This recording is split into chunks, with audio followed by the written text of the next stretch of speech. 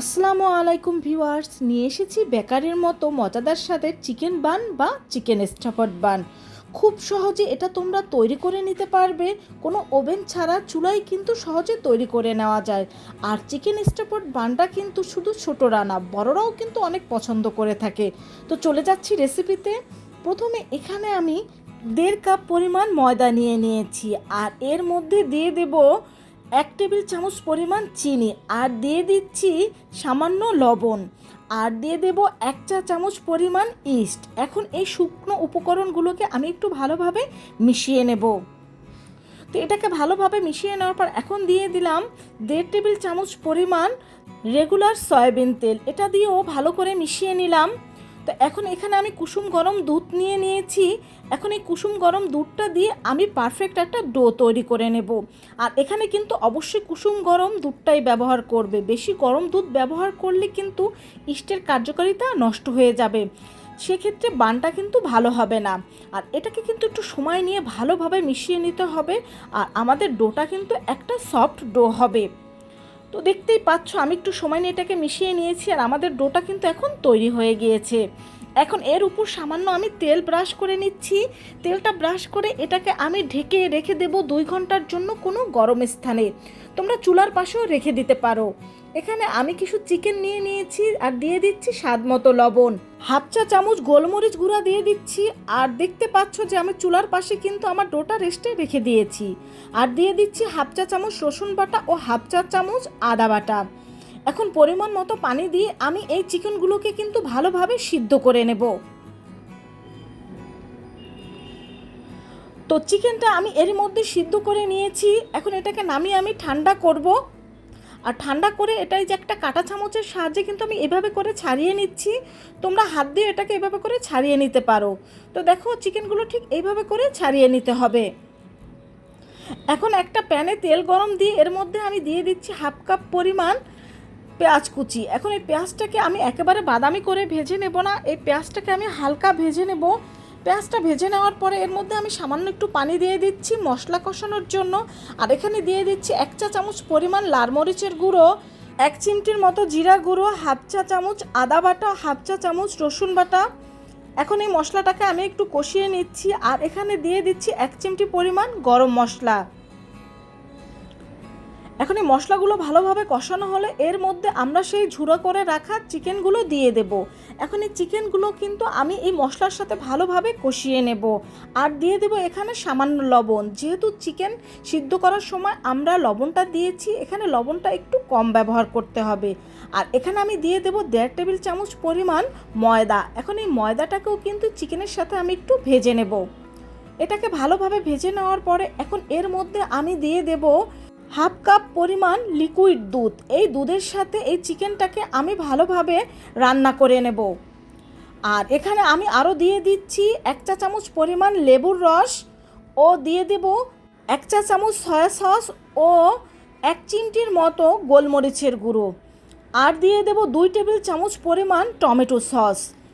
এখন এগুলোকে আমি ভালোভাবে মিশিয়ে নেব। আর এই টমেটো সস আর এই ময়দা দুধটা দেওয়ার কারণে কিন্তু এটা অনেক বেশি টেস্টি হবে। এখন এটাকে নামিয়ে আমি ঠান্ডা করে নেব। আর এখানে আমি ফিরে আসলাম 2 ঘন্টা পরে। তো দেখতেই পাচ্ছ এটা কিন্তু ফুলে একেবারে ডাবল হয়ে গিয়েছে।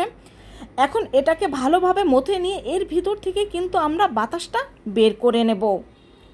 আর এটাকে কিন্তু ভালোভাবে মেখে নিতে হবে, আর মেখে একটা সফট ডো তৈরি করে নেব। তো আমাদের ডোটা মাখা হয়ে গিয়েছে। এখন এটাকে আমি লেচি কেটে নেব। আর মোট এখানে আমি 6টা লেচি কেটে নেব। তার মানে আমাদের এখানে মোট 6টা চিকেন স্টাফড বান হবে। এখন এগুলোকে আমি এগুলো দিয়ে রুটি তৈরি করে নেব। এখানে সামান্য ময়দা ছিটিয়ে দিচ্ছি, আর এই রুটিটা তৈরি করে নিচ্ছি। বন্ধুরা, চিকেন স্টাফড বান খেতে যে কতটা মজাদার, একবার বাসায় তৈরি করে খেলেই বুঝবে যে এটা কতটা মজাদার। একবার খেলে দেখবে বারবার খেতে ইচ্ছে করছে। আর দেখতে পাচ্ছ যে রুটিটা আমি কীরকম মোটা করে বেলে নিচ্ছি, এটা কিন্তু বেশি মোটা বা বেশি পাতলা হবে না। এখন এর মধ্যে আমি সেই চিকেনের পুরটা দিয়ে দেব। আর এই রুটিটা কিন্তু বেশি মোটা হলে ভালোভাবে বেক হবে না, আর পাতলা হলে কিন্তু এটা ছিঁড়ে যাবে। এখন চিকেনটা দেওয়ার পর দেখো আমি এইভাবে প্রথমে একটা ভাঁজ দিয়ে নিচ্ছি। এখন একটা ছুরির সাহায্যে এইভাবে করে আমি কেটে নিচ্ছি। তো এখন এটাকে কেটে নেওয়ার পরে আমি এর গায়ে সামান্য পানি লাগিয়ে দেব। এই পানি লাগিয়ে দেওয়ার কারণ হচ্ছে এই ভাঁজগুলো কিন্তু সহজে খুলে যাবে না। আর নিশ্চয়ই দেখতে পাচ্ছ কিভাবে আমি ভাঁজটা দিয়ে নিয়েছি। তো তৈরি হয়ে গেল আমাদের একটা স্টাফড বান। এখন একটা প্লেটে ময়দা ছিটিয়ে এর উপর আমি এই বানগুলো রেখে দেব, যাতে এই বানগুলো লেগে না পড়ে, এর জন্য ময়দা ছিটিয়ে দিয়েছি। তো বানগুলো আমাদের তৈরি হয়ে গিয়েছে, একেবারে সবগুলো তৈরি করে নিয়েছি। এখন এগুলোকে আমি ঢেকে 15 মিনিটের জন্য রেস্টে রেখে দেব। আর এই 15 মিনিটে কিন্তু এটা অনেকটা ফুলে উঠবে। তো ফিরে আসলাম 15 মিনিট পরে, দেখতেই পাচ্ছ এটা কিন্তু অনেকটা ফুলে উঠেছে। বেক করার সময় কিন্তু আরও অনেক বেশি ফুলে উঠবে। তো এখানে আমি যেহেতু চুলায় বেক করব, তো স্টিলের প্লেট নিয়ে নিয়েছি। এর মধ্যে সামান্য তেল দিয়ে তেলটা ব্রাশ করে নিচ্ছি। আর এর মধ্যে আমি দিয়ে দিচ্ছি 3টে চিকেন স্টাফড বান। এখানে আরও একটা স্টিলের প্লেট আমি নিয়ে নিচ্ছি, এর মধ্যেও তেল ব্রাশ করে আমি দিয়ে দেব 3টে স্টাফড বান। তবে এখানে এই ছোটো প্লেটটা অনেকটা ছোট হয়ে গিয়েছে, বেক করার সময় একটার সাথে একটা লেগে গিয়েছিল। তোমরা আরেকটু বড় পাত্র নেওয়ার চেষ্টা করবে।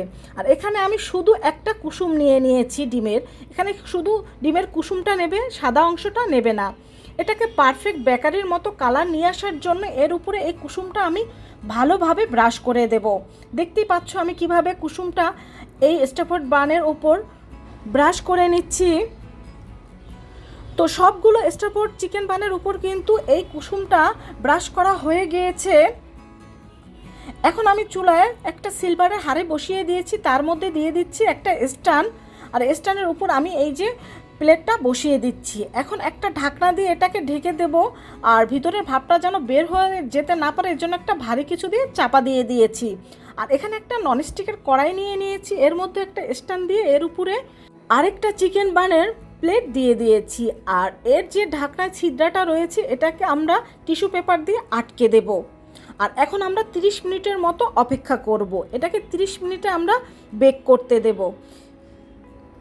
তো ফিরে আসলাম এখানে আমি 30 মিনিট পরে। দেখতেই পাচ্ছ কতটা পারফেক্টভাবে আমাদের চিকেন স্টাফড বান তৈরি হয়ে গিয়েছে। তো প্রথমে আমি তোমাদের সিলভারের হাঁড়িটা দেখিয়ে দিচ্ছি, এটা একটু বেশি কালার এসেছে। তবে ননস্টিক কড়াইয়েরটা কালার এসেছে, কিন্তু সিলভারের হাঁড়ির থেকে একটু কম কালার এসেছে। এখন এটাকে আমি নামিয়ে ঠান্ডা করে নেব। দেখো কত পারফেক্টভাবে আমরা কিন্তু বেকারির মতো চিকেন স্টাফড বান তৈরি করে নিলাম।